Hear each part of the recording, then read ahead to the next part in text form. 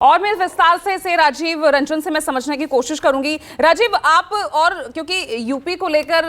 आपकी दिलचस्पी भी रहती है, यहाँ की राजनीति पर बहुत अच्छी पकड़ भी आपकी है, तो मैं आपसे समझना चाहूंगी, बाकी में गलत नहीं कह रहे हैं अशोक, ये वक्त था साझा मंच शेयर करने का, साझा रैलियां करने का, साझा यात्राएं करने का, लेकिन अभी भी यहाँ पर अपने अपने स्तर पर सीट शेयरिंग को लेकर बैठकें ही चल रही हैं, कुछ साफ हो नहीं पा रहा है। और दूसरी तरफ अब यात्राएं भी अलग अलग निकाली जा रही है। एक तरफ अभी तक तो हम सवाल ये कर रहे थे कि भाई राहुल की जो भारत जोड़ो न्याय यात्रा है उसमें कौन कौन से उनके घटक दल के नेता शामिल हो रहे हैं या नहीं हो रहे, अखिलेश शामिल हो रहे हैं या नहीं हो रहे। अब यहां पर अखिलेश अपने ही स्तर पर अपनी अलग यात्रा निकाल रहे हैं, तो ऐसे में जब पूरी अयोध्या इस वक्त सेंटर्ड में है, यूपी सेंट्रिक इस वक्त हमें पूरी राजनीति होती नजर आ रही है इस राममयी माहौल में, और इस बीच अलग अलग अपने अपने स्तर पर इंडिया गठबंधन के इन घटक दलों की यात्राएं निकालना किस तरह से आप देख रहे हैं?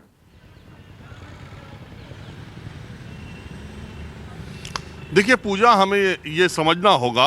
जो भारत की राजनीति है और जो गठबंधन की राजनीति होती है उसमें ये समझना होगा कि ये अगर सारी पार्टियां, ये जिनके बारे में हम चर्चा कर रहे हैं, चाहे एनडीए की तरफ हो चाहे इंडिया की तरफ, अगर ये सारी पार्टियां गठबंधन के लिए तैयार हो रही हैं तो उसका सिर्फ एक मतलब है कि वोटों के बंटवारे को रोकना चाह रही हैं। अगर ऐसा नहीं हो और एक ही कार्यक्रम और एक ही सुर में सुर मिलाएं, तब तो सारी पार्टियों को कांग्रेस में, इंडिया गठबंधन के सारी पार्टियों को कांग्रेस में विलय ही कर लेना चाहिए और एनडीए के पार्टियों को बीजेपी में विलय कर लेना चाहिए। ये सारी पार्टियां अलग अलग इसीलिए हैं कि इनके कार्यक्रम, इनके मुद्दे, इनकी राजनीति, इनकी विचारधारा, इनके पार्टी के लोग अलग अलग हैं। अब ये सवाल इसलिए 2024 में एक हो रहे हैं कि प्रधानमंत्री नरेंद्र मोदी के खिलाफ अलग अलग लड़कर इन पार्टियों ने 14 और 19 में देख लिया, और 2024 में अगर ये नहीं लड़े तो विपक्ष के सामने विकल्प क्या होगा, विपक्ष कितनी मजबूती से आगे के चुनाव के लिए खड़ा हो पाएगा।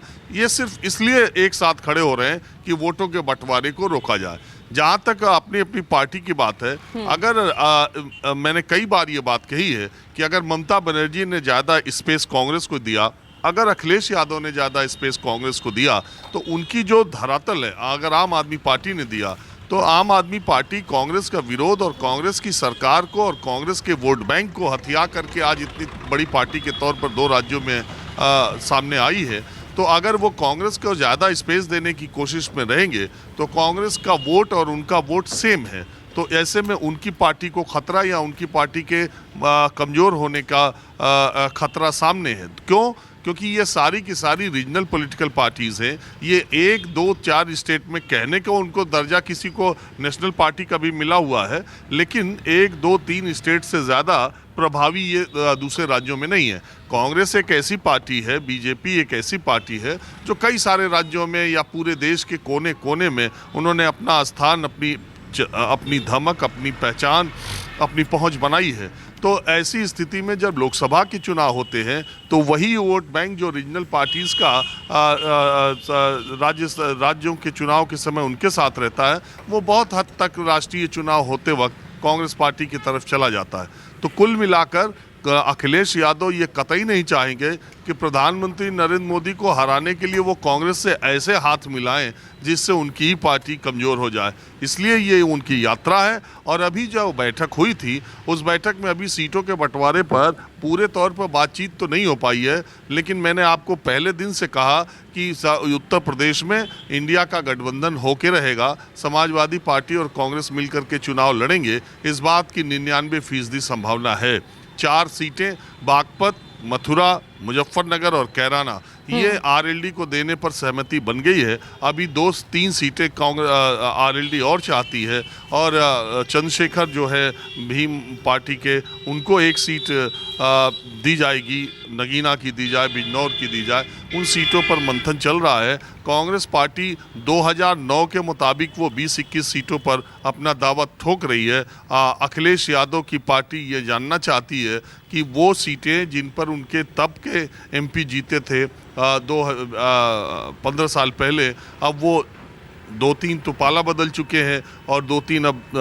से ज़्यादा अब इस दुनिया में नहीं है, तो अब उसका क्या आधार होना चाहिए, वो सीटें क्यों चाहिए, संख्या की दृष्टि से उनको वो सीटें चाहिए या सीटें जो स्थान के हिसाब से वो सीटें चाहिए, बातचीत उनकी आगे बढ़ी है। उम्मीद है कि इन लोगों की एक बातचीत और होगी, उसके बाद सीटों का बंटवारा करीब करीब तय हो जाएगा। लेकिन मैंने जैसा पहले भी कहा, इंडिया गठबंधन को मजबूत करने में कोई भी अपनी पार्टी कांग्रेस के अलावा कोई भी दूसरी पार्टी ये नहीं चाहेगी कि उसकी स्थिति उसके राज्य में कमज़ोर हो। इसलिए सब अपने अपने तरीके से दांव और अपने अपने तरीके से राजनीतिक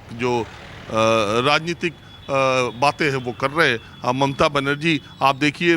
ममता बनर्जी कांग्रेस पार्टी को ज़्यादा से ज़्यादा 3 सीटें देना चाहती हैं, कांग्रेस उनको ज़्यादा से ज़्यादा 6 या 7 सीटों पर, लेकिन ऐसा माना जा रहा है कि 4 सीटों पर, 2 उनके सिटिंग एमपी है और 2 और 4 सीटों पर शायद बात पश्चिम बंगाल में भी बन जाए। और जब तक राहुल गांधी की यात्रा, न्याय यात्रा पश्चिम बंगाल आएगी, तब तक कांग्रेस और टीएमसी के लोगों के बीच ये बात है कि गठबंधन की बात फाइनल हो जाए, ताकि राहुल गांधी की न्याय यात्रा के समय कहीं भी अभिषेक बनर्जी या ममता बनर्जी भी उनके साथ कुछ कदम चल सके।